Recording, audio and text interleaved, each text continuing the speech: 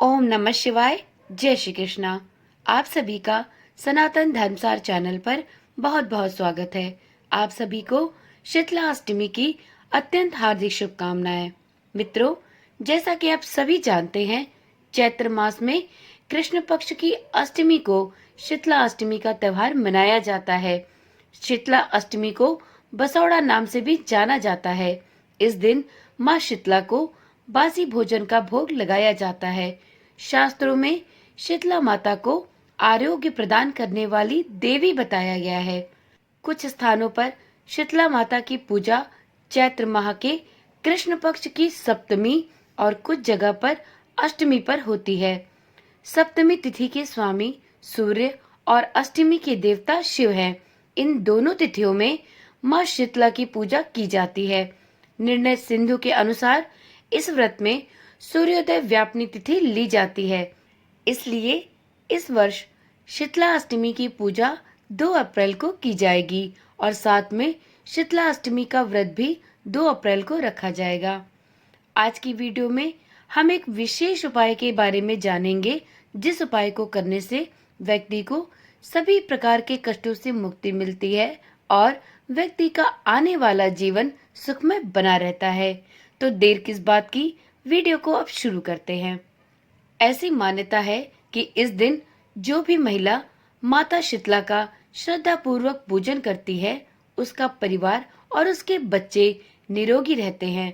माँ शीतला का व्रत करने से शरीर निरोगी होता है। गर्मी में होने वाले चेचक और संक्रामक रोगों से माँ रक्षा करती हैं। माता शीतला को शीतलता प्रदान करने वाली माता कहा गया है, इसलिए उनको समर्पित भोजन या भोग भी पूरी तरह से शीतल रहे, इस बात का विशेष रूप से ध्यान रखा जाता है। माता के भक्त भी प्रसाद स्वरूप ठंडा भोजन ही अष्टमी के दिन ग्रहण करते हैं।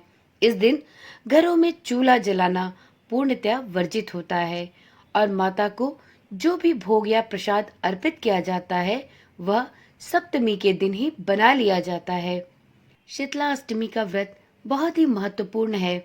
इस व्रत को करने से कई तरह के रोगों से मुक्ति मिलती है।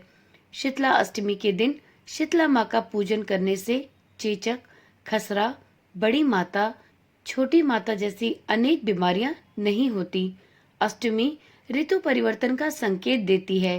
यही वजह है कि इस बदलाव से बचने के लिए साफ सफाई का पूर्णतः ध्यान रखा जाता है। माना जाता है कि इस अष्टमी की पूजा के बाद बासी खाना नहीं खाना चाहिए, क्योंकि चैत्र महीने से धीरे धीरे गर्मी का प्रकोप बढ़ने लगता है और ग्रीष्म ऋतु से संबंधित अनेकों बीमारियां व्यक्ति को जकड़ने लगती हैं। इसलिए अष्टमी की पूजा के बाद बासी खाना नहीं खाना चाहिए। ऐसा माना जाता है कि यह व्रत, यह पूजा व्यक्ति को आने वाले ग्रीष्म ऋतु के अनेक बीमारियों से स्वयं को और अपने परिवार को बचाने के लिए शिक्षा भी प्रदान करती है।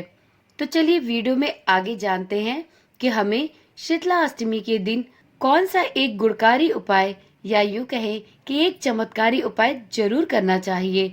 इस उपाय को करने से जातक ही नहीं, बल्कि जातक का संपूर्ण परिवार भी सुख समृद्धि तथा शारीरिक कष्टों से दूर रहने की ओर अग्रसर होता है। तो चलिए जानते हैं कि वह उपाय कौन सा है।